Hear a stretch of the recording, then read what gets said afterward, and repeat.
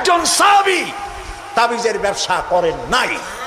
ঝাড়ফুঁক করেছেন, ঝাড়ফুঁক করা জায়েজ আছে, রাসূলুল্লাহ করেছেন, সাহাবায়ে কেরাম করেছেন। ঝাড়ফুঁকের জন্য কোরআনের মধ্যে 2টা সূরা শুধু ঝাড়ফুঁকের জন্যই আল্লাহ নাজিল করেছেন, একটা সূরা ফালাক আর একটা সূরা নাস। সুবহানাল্লাহ বলেন।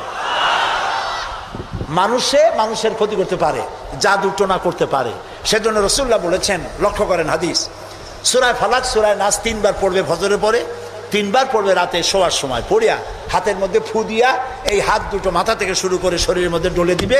রাসূলুল্লাহ নিজে এটা করতেন। আল্লাহ রাসূল বলেছেন, এই আমল যে করবে, দুষ্ট জিন, দুষ্ট শয়তান, দুষ্ট মানুষের অনিষ্টতা থেকে আল্লাহ তাকে হেফাজত করবেন। সুতরাং এই তাবিজের ব্যবসা ছাড়া উচিত এবং সব রকমের শিখ থেকে মুক্ত হওয়া উচিত। তাহলে আল্লাহ তাআলা আমাদের প্রতি রহম করবেন। আল্লাহ তাআলা জিজ্ঞেস করছেন, ছেলে মেয়ে সুস্থতা অসুস্থতা মানুষের কাছে চাও কেন?